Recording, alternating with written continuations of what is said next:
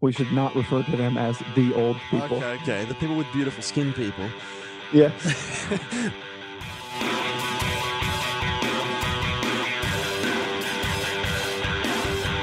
Hey podcast listener, you're about to discover insider tips, tricks, and secrets to making more sales and converting more prospects into customers with email marketing. For more information about the Email Marketing Podcast or the Autoresponder Guy, go to dropdeadcopy.com/podcast. Hey everybody, it's John McIntyre here, the Autoresponder Guy, and it's time for episode 14 of the Email Marketing Podcast, where we talk about the top tips, tricks, and secrets for making more sales and growing your revenue with email marketing. Today, I'll be talking to Ezra Firestone from brownboxformula.com and smartmarketer.com. I met Ezra at an event in Sydney a few months ago, and I was completely blown away by the content he provided. He spoke for about 2 hours all about e-commerce. He had a entire, I think it was a 12-step system about how to build an e-commerce store, how to drive traffic to it, and how to make money with it. And the way he presented it made it so easy to understand that I went to him and I asked him about email marketing, and I wanted to find out if he could do a podcast on it. And that's what we're going to do today. So we're going to talk about email marketing as it applies to e-commerce stores. So in this episode, you'll find out how to boost any e-commerce store's revenue by 10 to 15% just by implementing an email marketing campaign. So it's very basic, straightforward stuff, but you need to execute on it. You're going to find out about the three main types of e-commerce customers and how you need to treat them to get the best results. You'll get Ezra's cart abandonment sequence that he has tested in numerous markets, so it's proven to work. Plus, you'll also find out how Target figured out a teen girl was pregnant before her father did, which is kind of insane and a little bit creepy, but it's very, very interesting stuff. Now, to get the show notes for this episode of the Email Marketing Podcast, go to dropdeadcopy.com/EP14. Now, we have another review. This one is from David Braun from proappcreators.com. David says, I look forward to every new episode John does. Why? Because he gets right to the point, extracts the best strategies, and doesn't waste time on lots of fluff like many other podcasts. His interview with Terry Dean was awesome, and I've written lots of notes that have helped me as well as some clients. Nice job. Cheers, John. Thanks for the review, David. I totally agree. I've listened to podcasts before, and they just take way too long to get into it, which is, maybe I'm doing that right now. Anyway, thank you again for the review. If anyone listening wants to leave your own review and get your website read out on the show, go to dropdeadcopy.com/podcast. Now, I've got some good news. Now, there was no episode last week, and some of you might be wondering why. Now, I was at a conference in Europe, in Lithuania of all places, with Simon Black and Craig Ballantyne. Both of them use email. Some of the coaches who were there too were big-time internet marketers, and kind of underground though, but they shared some amazing information that I think is really relevant to, was really relevant to me, and I think it could really help a lot of people who listen to this. So, no promises, but it looks like I'll be able to have Craig Ballantyne and some of the other coaches on this podcast in the next few months, and I'm sure they'll bring their A game with some amazing killer information, so stay tuned for that. Now, I don't want to make David too angry, so without further ado, let's get right into today's podcast and talk to Ezra Firestone. It's John McIntyre here, the Autoresponder Guy. I'm here with Ezra Firestone, an e-commerce expert. I recently had the privilege of hearing from Ezra at Fastweb Formula in Sydney, and he spoke a million miles an hour, but I don't think it was because he was nervous, but because he had so much to share. He went through his entire strategy, and since this is an email marketing podcast, we're not actually going to be talking about e-commerce stuff or the big picture kind of stuff.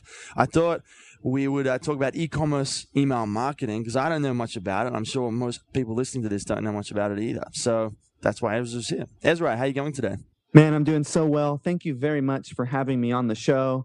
And thank you, listener, for listening in to us talk about email marketing. It's awesome. I feel so blessed every time I get to come on a podcast or a show, because I know that people are taking time out of their lives to listen to me, which is really nice, because that's like the most valuable thing that someone has is their time, and they're choosing to spend it with us. So that's awesome. Absolutely. And it's kind of crazy when you think about it. They're probably in their car right now or in the gym or, walking around their neighborhood. They're just living life while they listen to this. No, it is a trip and a half is what it is. That's pretty good. So, we can dive right into email marketing for e-commerce specifically. Now, the good thing about email marketing for e-commerce is it is not particularly difficult. It's pretty straightforward. It's probably the most straightforward type of email marketing there is, because you are not doing much persuasion. You're not doing much selling. You're mostly doing relationship building when you're doing email marketing for e-commerce. And I've kind of broken it down to three main segments that we can talk about. I'll just jump into it if you want. Sure, let's do it. Awesome. So you've got three main sort of segments of customer who you're talking to when you have an e-commerce store. You've got the guys pre-purchase, and the gals, let's not be chauvinists. You've got the guys and the gals who are pre-purchase, who've not actually bought something from you, but have hopped on your email list because there was an incentive on your website. Now, you'll notice all of the big sites are starting to do this, putting off these little pop-ups that say, hey, get 15% off your first order. Enter your email address here, because they understand the value of a lead. Even in the physical product world, the value of a lead is so high, because people leave. They come, they check out the products, and they take off. And if you can capture that lead, if you can incentivize them to opt in for some level of discount on the products, you'll generate opt-ins, and you'll be able to follow up with them and make sales, which is what it's all about. So you've got your pre-purchase. So before they actually purchase, we'll talk a little bit about that. You've got your cart abandoned. So these are people who made it all the way to the shopping cart. They added, they searched your products. They were searching somewhere, Amazon, Google, who knows. They ended up on your website. They took a look at some products. They actually added one to their cart, and then they dipped out and they said, you know what? I'm bailing on this transaction. This isn't for me. Not right now. Back off. Maybe they didn't say all that, but you get people who abandon your shopping cart, and that's sort of another segment of people who you deal with in a little different fashion when it comes to email marketing. And then we've got our third segment of people, which are our post-purchase people who've actually bought from you, people who've engaged with you and purchased from you. And those are really the three main segments of user who you're communicating with. And as we know, and as I'm sure you talked about in previous podcasts, when it comes to email marketing, it's all about knowing who you're communicating with and why. We look at email marketing as a form of communication with another person, not as just an email to some random thing that you want to buy from you, but actually a communication to another human being who's considering doing business with you. And when you frame it that way, you're now able to write emails that are really person to person, which is what it's about. Absolutely. Before we go on, I always bring this up with people when they mention it. I think it's one of the key elements of good marketing is that it has to be relevant, but you just have to understand exactly who you're talking to. So you don't send a cart abandonment email to a pre-purchase customer or vice versa. And the reason why is that you have to have that baseline level of empathy where you understand what the person wants, because everyone just wants to feel understood. And I just think this is such a core issue. And if people can nail this part of it, it'll make all the other parts work properly. It really will. And while we're on the subject of what people want from you, we can break it down. I'll break it down for you right now. Let's do it. Here's what people want: attention and approval. That's what they want. They want to know that you're paying attention to them, that you have noticed them, that your attention is not just on trying to sell them stuff, but you're actually paying attention to them as a person, and that you approve of them. People want to be approved of. And if you can do those two things in your marketing, you will be very successful. So let's talk a little bit about pre-purchase email marketing when it comes to e-commerce, right? When it comes to physical product e-commerce businesses. So someone's come to your site, they've opted in, they're on your email list. What now? You don't freak out, you don't get scared. Some people do. They're like, oh my God, I have these people on my email list. What do I do? And that's totally righteous, because it is scary to think about communicating with people with the goal of selling them stuff. But with e-commerce, it's mostly about relationship building, because for the most part, people know what your products are. E-commerce physical products are not particularly difficult to understand. It's like, this is a salt shaker, and I understand that, so it's not a lot of education around the product line. It's more communication with a customer. So I'll just give an example with Boom by Cindy Joseph, right? Okay. Which is our skincare company. Now, we're selling organic skincare, but our emails and our marketing are not talking to people about that skincare line. Sure, we mention it, but mainly what we're talking to people about are things like menopause and silver hair and aging and wrinkles and all of the experiences that our customers are having. So if you know who your customers are, like for example, if you're selling pacifiers, your customers are probably parents. If you're selling manscaping kits, your customers are probably metrosexual men who are interested in grooming themselves. Like you know who your customer is based on the product that you're selling, and you can then craft messaging that's relevant to that customer's life that isn't just specific to your product. So pre-purchase is all about relationship building, education around the product line and around education about the product line, about who you are. Just a little backstory on that. My wife is, she's here, she's in the kitchen. She's not actually, she's not like listening in, but she always gets on my case for the fact that I always say, so-and-so around this topic. And it's not proper English. You should be saying about this topic. And I continually make that mistake. And so she's right here. So I have to be in good form because this is going out to a public audience. So what was I saying? I completely forgot. I got flustered because I knew that she was listening to that. Okay. I know what I was saying. So education about the topic, education about the product line, your viewpoints and opinions, and I'll give you guys practical examples in a second. Your viewpoints and opinions on topics and conversations that are relevant to the community. So if you're selling cycling gear, you're going to be talking about Lance Armstrong and the fact that he's a dope fiend and all this stuff, Yeah. You're going to be having conversations like that in your emails that are, topics that are relevant to your community. So what do these emails look like? Well, we do them in the form of video blogs or product guides or, top 10 lists or just really kind of any educational content that's geared towards building a relationship with the customer that, the best is if you can get FaceTime with your community. That's the funny thing is email marketing is now turning into sending people emails, trying to get them to watch a video of you talking. And so, you don't have to actually be an expert copywriter. You can write 3 sentences. I created a new video for you, and it can just be you on video. Or you can do blog posts. People still do read. They're not out of, it's not out of style. But really, our approach to the pre-purchase segment is essentially video blogs, where we create blog posts that are topically relevant, like I just mentioned, and then we make a series of them. We send one every 3 days after someone opts in that builds some kind of a relationship or has some information or is relevant in some way, and then also mentions our product and does a soft sell. So they're really, really soft sells, all geared towards building a relationship with the customer and getting them to know us and our brand and getting them to watch our videos and letting them know, our unique selling propositions, why it's good to buy from us, why we're, a good company, why we're, all that kind of stuff. All the stuff that you do in your marketing, we do in our email marketing, but our pre-purchase is really all about relationship building. Any questions on the pre-purchase? No, man, I think that's very straightforward. I mean, it's a bit different to, standard email marketing. You've already brought that up, but the whole idea that they're, it's not about educating them or just talking, telling stories. You could do that, but it's really just about, getting that connection going. And one thing I think is interesting there is that it's kind of like a read between the lines kind of thing. But when you put out content, like you just talked about, like the old people, the skincare people, you don't have to talk about skincare. The old people. Oh no.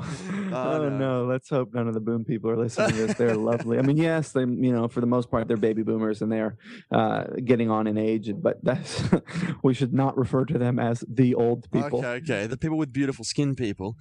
Yes. When you put out content, so a lot of people think that therefore you got to talk about skincare or whatever it is, and I think what's important is that you're getting a certain type of attention, and it's their attention. So to do that, all you need to do is just put out content that's relevant to them, which is it comes back in this understanding the customer. I think that's what some people struggle to understand sometimes is that you don't have to always talk about the product. As long as you keep the attention of the target people you want, you can talk about anything. Yeah, absolutely. And most people get really hung up on that. They say, what more can I say about my products? What more can I really talk about? Like, I don't want to just sell super hard. I don't want to just keep talking about these products. And it comes up a lot in on group phone calls. And when I do, it came up on this training I did this afternoon. Like, people have a hard time being pushy and selling, and you don't have to do that. You just it's really about relationship building. You don't have to push your product super hard. Of course, if you're smart, you're going to mention your products. You're going to soft sell. You're going to, people understand that you're an e-commerce. I mean, they're not under the, they do not think that you are not a store that doesn't offer products. So you've got, you want to be true to who you are, and you definitely want to do soft selling and mention your products where relevant, but it's not the main focus of the communications pre-purchase. Okay. So let's get on to cart abandonment. So what do you do there? Cart abandonment is, I've got a whole little sequence, and I've got a slide deck. I don't know how we can make it available, but where I went. We could easily put that on the post. All right, let's do that. I'll put up a little slide deck that I did with a guy about how to structure 7-day cart abandonment sequences, but it's pretty straightforward. The first email is kind of like, hey, we see that you were, it's sort of standard cart abandonment. We see that you were in our shopping cart, and the cool thing about e-commerce is there's a lot of technology available for this these days. It's kind of been built in where you can scrape the images the images for the items that were in their cart, the SKU numbers, the price of the cart itself, and then you can send them an email that has the actual products that they were looking at, and based on the value of the cart, you can give them a discount. So if it's like a $100 cart, you can give them a 5% discount. If it's a $200 cart, you can set that dynamically. So you can do some really, really fancy stuff. You can send them an email and say, hey, you were, thinking about buying these products, and here they are, reminding them these are the products you were looking at. We find with cart abandonment that you can pick up 25%, up to 25% of the abandons, which is just phenomenal, because when you think about the fact that 8 out of 10 people abandon your cart on average, you can pick up 2 out of those 8 with a strong cart abandonment sequence. And so essentially what that is it's kind of like a reminder email the first day saying, hey, with no offer, just, hey, we noticed you tried to check out and you weren't able to complete your order. We're sorry that you had a problem with our order system. Here's where you can go back and complete it. The second email is more of a social proof. Hey, comes a day or 2 later. We noticed that you still haven't completed your order. Here's all the unique selling propositions. Here's all the reasons you should buy from us. Here's why we're good. Here ABC, excellent customer service, quality shipping. So just basically, testimonials, telling them why they should buy from you again, and reminding them that they have a cart. So social proof. Third email would be some kind of scarcity, like, hey, your cart's about to expire. Here it is again. It's just kind of they're all, I don't have this in my head, the whole sequence, but they're all basically just reminding people of the fact that they're going to buy from you at one point, and then reinforcing why they should, with testimonials and social proof and unique selling propositions and all these different things. And then in the fourth email and onward, you offer some kind of incentive, 5% off, 10% off, etc. And it works extremely well. And really, it's about the follow-up. I've seen some really terrible cart abandonment sequences that convert 10, 15%.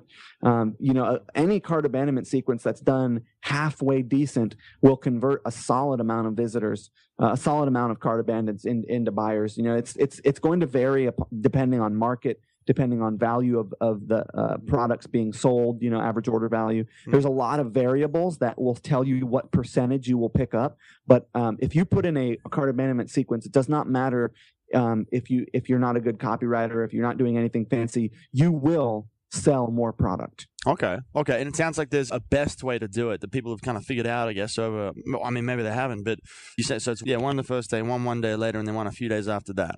Yeah, we do it every couple days. We do about 7 of them. But Wow. There's so much information on cart abandon is such a big problem in e-commerce. It's such a big topic of conversation because of how many people abandon shopping carts, because of how high that ratio is. Yeah. It's such a huge topic that there's been so much time and energy dedicated to solving this problem. There's so many pieces of software out there that help with this. It's really becoming an industry standard thing. So you don't really, you can just Google it and you will find more information than you could possibly want from fantastic marketing blogs like Practical Ecommerce and GetElastic.com, all about this topic. So we don't have to spend a ton of time talking about it here, but it's a topic of discussion that is completely relevant for physical product business owners. Okay. Well, let's keep moving then. What about the post-purchase? Okay, post-purchase. Essentially, with post-purchase, you're doing a mix of content marketing and selling. Post-purchase, you can be so much more aggressive because they already bought from you, which means they already liked you enough to buy from you one time. So all that stuff I was talking to you about from a content marketing perspective, pre-purchase, like, video blogs and educational guides and educational webinars blog posts and interviews and all this kind of content that's geared towards educating your customer, is a very, very good idea to do post-purchase. And it's good to have some kind of regular schedule. So we do things like Saturdays with Cindy, or a store that I can consult with, Sundays with Sarah, like some kind of regular education / entertainment relating to the brand and relating to the product line, because it gets people used to seeing you every week. And then we take those emails that we send out and we promote them on Facebook to our Facebook community. And we basically just make sure that we're engaging. We email it out to our subscribers. We post it out to Pinterest and Google. Like, we put it everywhere. We syndicate it so that everyone in our community is seeing content from us on a regular basis, so that when we do make sales offers, we get a much higher take rate on those offers, because we've been in constant communication with our customers each week for the past month. And most e-commerce stores just send out a sale email once a month.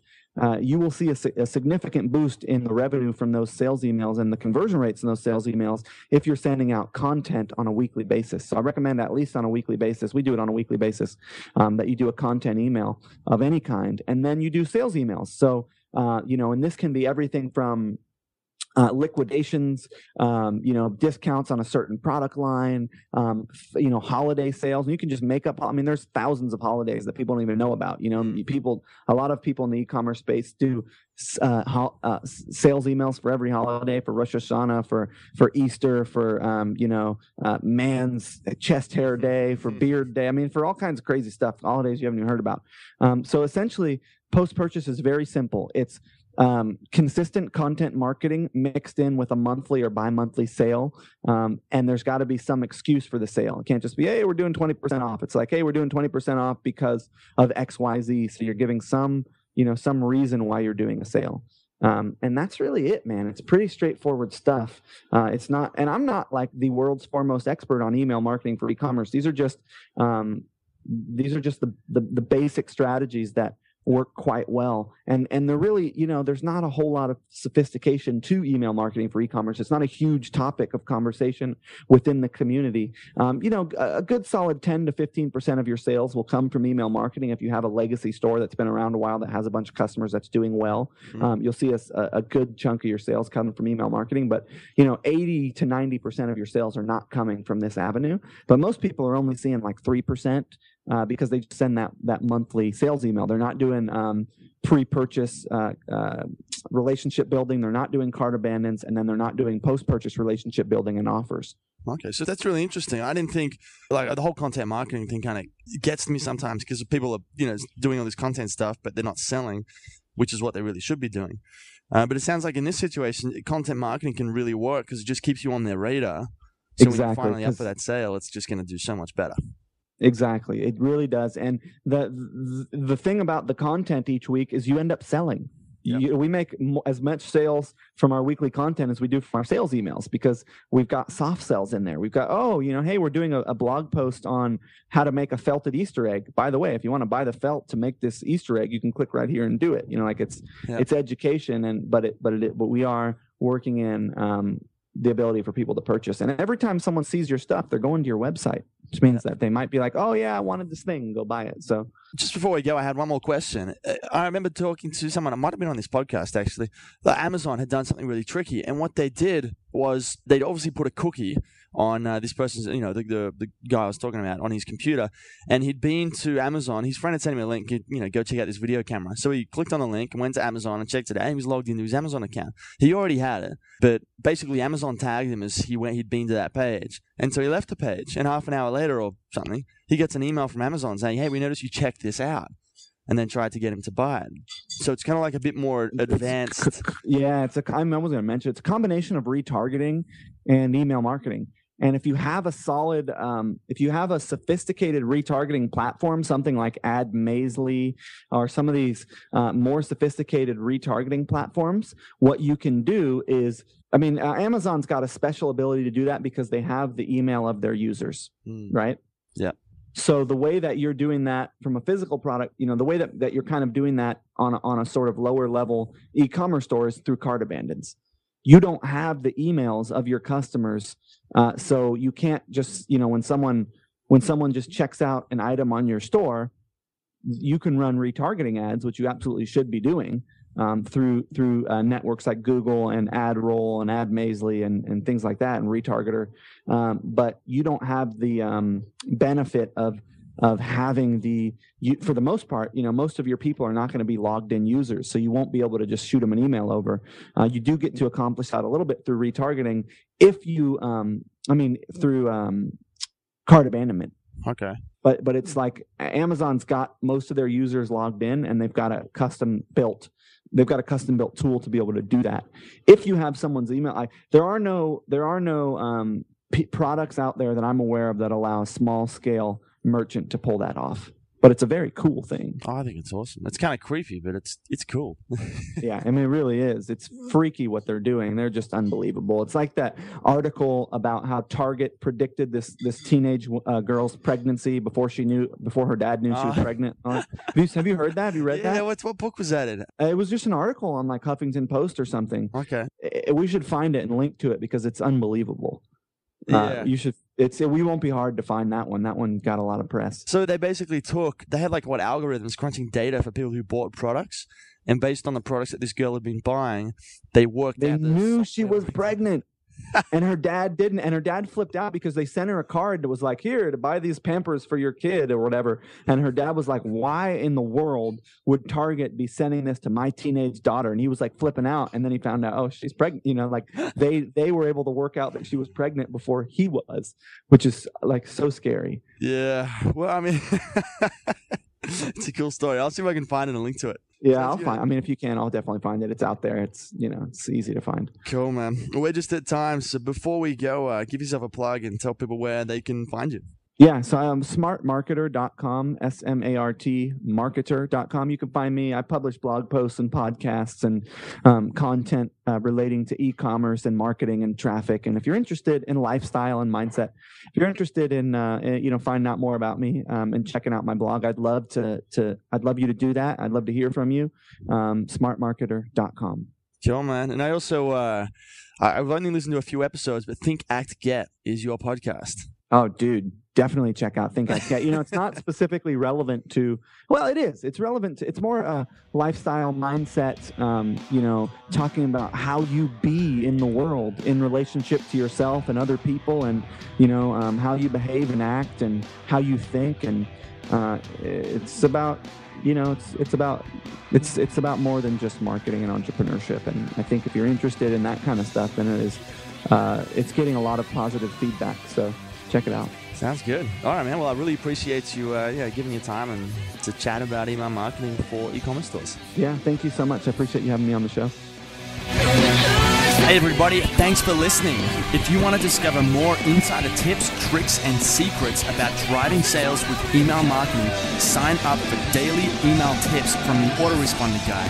Go to dropdeadcopy.com/podcast. Sign up, confirm your email address, and I'll send you daily emails on how to improve your email marketing and make more sales via email.